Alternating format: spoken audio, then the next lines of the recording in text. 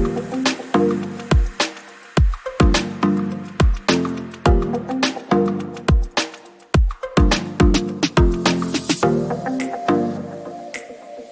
warahmatullahi wabarakatuh. Perkenalkan, nama saya Siti Ariska dengan NIM 10318111024. Jadi pada video kali ini saya akan menjelaskan tentang studi kasus pencegahan air asam tambang dengan metode enkapsulasi untuk memenuhi tugas mata kuliah sistem penyaliran tambang yang diampu oleh Ibu Nita Ega ini STMT. Silakan ditonton. Nah, pada yang pertama ini menjelaskan tentang pendahuluan kenapa sih air asam tambang bisa terbentuk, yaitu di mana potensi pencemaran akibat penambangan batu bara adalah terbentuknya air asam tambang atau AAT, yaitu karakteristik ekstrim air tambang dengan pH rendah dan konsentrasi logam terlarut tinggi.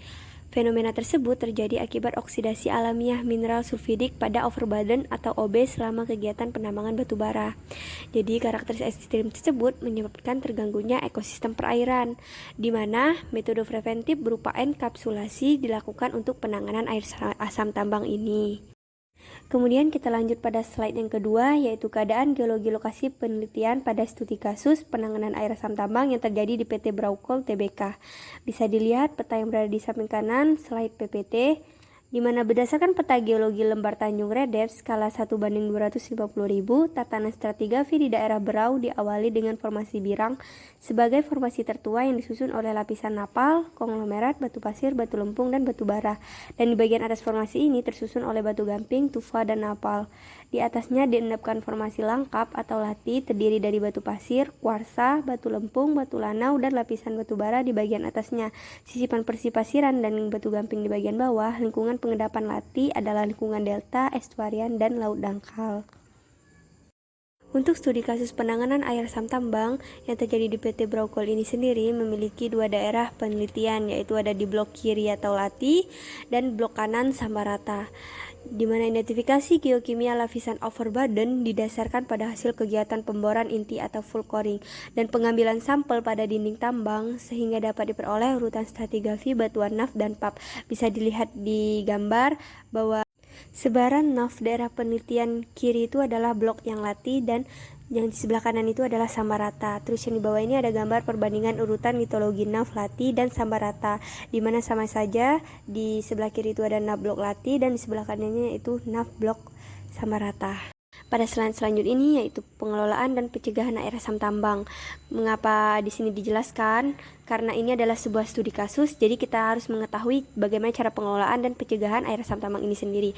Di mana sistem pengelolaan air asam tambang secara umum dapat dilihat pada gambar 3 di bawah ini atau akan ditampilkan pada slide selanjutnya, di mana upaya pencegahan air asam tambang harus dilakukan sejak tahapan eksplorasi, di mana sampel dari lubang bor eksplorasi atau drilling core dilakukan pengujian laboratorium yakni static test untuk mengetahui karakteristik batuan penutup atau overburden yang akan digunakan sebagai data dalam pembuatan model geokimia atau geochemical model. Dalam hal perencanaan penambangan yang terintegrasi, model geokimia menjadi tahapan awal yang penting guna mendapatkan berbagai informasi sebagai landasan dalam merencanakan tiap tahapan penambangan. Nah, di sini bisa dilihat gambar konsep pengelolaan lingkungan di pertambangan khususnya air asam tambang, mulai dari tahap eksplorasi sampai ke tahap reklamasi. Bisa dilihat di slide PPT tersebut secara rinci bagaimana alurnya, seperti inilah. Pada tahapan pembuatan model geokimia, tentu selain dari model cadangan batu bara, model yang harus dikembangkan yakni model persebaran batuan berpotensi membentuk asam atau potentially acid forming atau PAF, dan yang tidak berpotensi membentuk asam non-acid forming atau NAF. Model persebaran ini akan bermanfaat untuk mengetahui karakteristik dan volume batuan penutup, sehingga dapat dilakukan perencanaan terhadap desain daerah penimbunan yang ditunjukkan untuk mencegah pembentukan air asam tambang. Tahapan ini merupakan kunci sukses dari upaya pencegahan air asam tambang. Hasil model geokimia tersebut menjadi dasar dalam melakukan perencanaan penimbunan batuan penutup maupun tanah dan menjadi kunci keberhasilan dalam kegiatan regevegetasi. Pada gambar selanjutnya ini ada gambar dari overburden management dalam upaya pencegahan air asam tambang di daerah timbunan yang terdiri dari PAF dan NAF yang akan diseimbangkan untuk pencegahan air asam tambang di daerah timbunan ini. Bisa dilihat pada gambar slide yang tertampil. Kita beralih ke slide selanjutnya, yaitu penjelasan tentang metode enkapsulasi.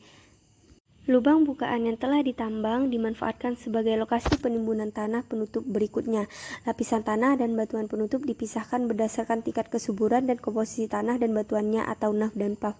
Pencegahan pencemaran air asam tambang dilakukan dengan menerapkan metode enkapsulasi pada area waserdam. Penerapan metode enkapsulasi ini sendiri dilaksanakan dengan kriteria sebagai berikut. Yang pertama, ketinggian jenjang individu disposal kurang dari 10 meter pada disposal sama rata. Bisa dilihat pada gambar. B. Kemiringan lereng tunggal disposal setelah tertutup topsoil maksimal 25 derajat. Pertimbangan hidrogeologi dan geoteknik dipakai untuk meminimumkan pengaruh eksternal seperti iklim, hujan, dan angin yang dapat menimbulkan potensi erosi dan terbentuknya air asam tambang. Terlihat pada gambar. Terus yang C ini adalah kemiringan bidang datar ke arah dalam dengan kemiringan rata-rata 2% untuk membantu penyaliran air dan mencegah terjadinya erosi dengan cara memperlambat debit aliran air. D. Lebar bam disesuaikan dengan ketinggian dan kemiringan jenjang keseluruhan serta manuver peralatan tambang. Yang E. Akses untuk aktivitas revegetasi dengan lebar sekitar 6 meter dan grid jalan. Tertampil juga di gambar, bisa dilihat. Terus yang F itu fasilitas drainage terletak pada kaki slope tiap jenjang timbunan, penyaliran air untuk mencegah adanya genangan pada timbunan yang dapat mengakibatkan terjadi presipitasi air. Selanjutnya dapat memicu reaksi pembentukan air asam tambang. Terus yang G itu adalah fasilitas sedimen pond sesuai standar berfungsi untuk menahan laju sedimentasi dari disposal, mengendapkan padatan terlarut dan unsur logam dalam air. Slide selanjutnya ini menjelaskan tentang metode penelitian penanganan air asam tambang yang terjadi di PT Braukoil ini, di mana penelitiannya dilaksanakan pada lokasi di wilayah konsesi PT Braukoil Tbk. Penelitian ini dilakukan di daerah Lati dan Samarata atau Blok Lati dan Samarata, Kabupaten Berau, Provinsi Kalimantan Timur, Indonesia, untuk mengkaji penerapan metode enkapsulasi. Pelaksanaan penelitian dan pengamatan sampel tanah dilakukan di area Sat Lati dan Site Samarata.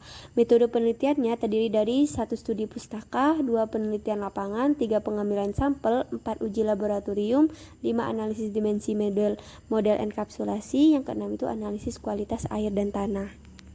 Selanjutnya ini kita masuk ke hasil penelitian dari studi kasus yang dilakukan, di mana penelitian kualitas air dilakukan pada lokasi disposal yang telah menerapkan metode enkapsulasi dan disposal dengan metode enkapsulasi. Hasil uji kualitas air daerah disposal Lati dan Samarata yang tidak menerapkan metode enkapsulasi menunjukkan kecenderungan di bawah baku mutu lingkungan berdasarkan parameter pH, kadar residu tersuspensi atau TSS, kadar VO total, dan kadar Mn total, di mana bisa dilihat pada tabel ini merupakan hasil pengukuran kadar pH pada disposal yang tidak menerapkan metode enkapsulasi. Ada pada Site Lati dan Site Samarata.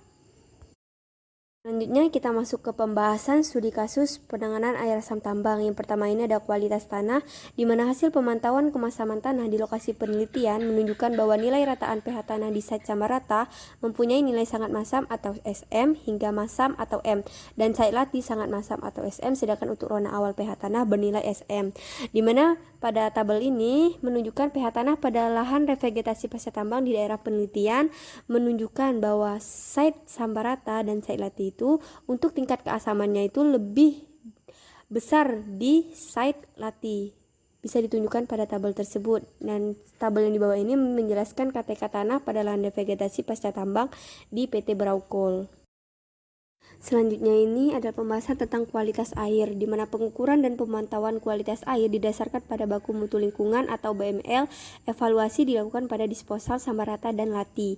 A itu evaluasi disposal Samarata. Hasil pengukuran kualitas air disposal Samarata dilakukan pada 2 periode pasca enkapsulasi, yaitu periode triwulan 4 tahun 2010 dan triwulan 1 tahun 2014, menunjukkan adanya proses pembentukan air asam tambang yang sangat minim.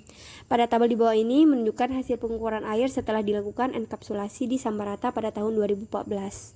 Bisa dilihat pada tabel. Yang B ini evaluasi disposal Lati. Berdasarkan hasil pengukuran kualitas air disposal Lati yang dilakukan 2 periode pasca enkapsulasi, yaitu periode triwulan 4 tahun 2010 dan triwulan 1 tahun 2014, menunjukkan adanya proses pembentukan air asam tambang. Hal ini dipengaruhi oleh adanya proses oksidasi akibat infiltrasi air hujan menembus lapisan NAP menuju lapisan PAP pada disposal Lati. Nah, pada tabel yang tertera itu adalah tabel hasil pengukuran air setelah dilakukan enkapsulasi di disposal Lati pada tahun 2014. Bisa dilihat pada tabel tersebut. Nah, dari studi kasus penanganan air asam tambang yang ada di PT Braukol Tbk ini dapat diambilkan kesimpulan bahwa berdasarkan pembahasan dapat disimpulkannya itu sebagai berikut. Yang pertama, hasil pemodelan menunjukkan 19,62% overburden lati berupa NAF yang didominasi oleh sandstone, sedangkan 35,52% overburden sambarata berupa NAF didominasi oleh litologi moonstone. Yang kedua itu enkapsulasi di disposal sambarata memberikan hasil konsisten terhadap pencegahan air asam tambang. Pada periode awal pasca enkapsulasi menunjukkan kualitas air baik sesuai dengan standar baku mutu lingkungan. Setelah 3 tahun disposal enkapsulasi sambarata tidak mengalami pembentukan air asam tambang. Yang ketiga itu pada periode awal pasca enkapsulasi disposal lati menunjukkan kualitas air baik, namun setelah 3 tahun disposal enkapsulasi lati mengalami kebocoran lapisan NAF sehingga kembali terkontaminasi membentuk air asam tambang atau AAT dengan kualitas air limbah di bawah standar BML. Hal ini disebabkan oleh lapisan NAF yang digunakan dalam enkapsulasi adalah sandstone. Terus yang keempat itu sifat kimia tanah disposal lati memiliki pH tanah sangat masam atau SM dan kapasitas tukar kation bernilai rendah, sedangkan sifat kimia tanah disposal sambarata memiliki pH tanah yang masam. Untuk daftar pustaka pada studi kasus ini sendiri saya gunakan ada 2. Yang pertama itu ada jurnal pada paragraf yang pertama dan kedua itu ada artikel. Cukup untuk penjelasan video kali ini. Terima kasih buat kesempatannya. Terima kasih juga buat kawan-kawan yang sudah menonton. Semoga bermanfaat. Apabila ada salah kata saya mohon maaf. Saya akhiri. Wabillahi taufiq wal hidayah. Wassalamualaikum warahmatullahi wabarakatuh.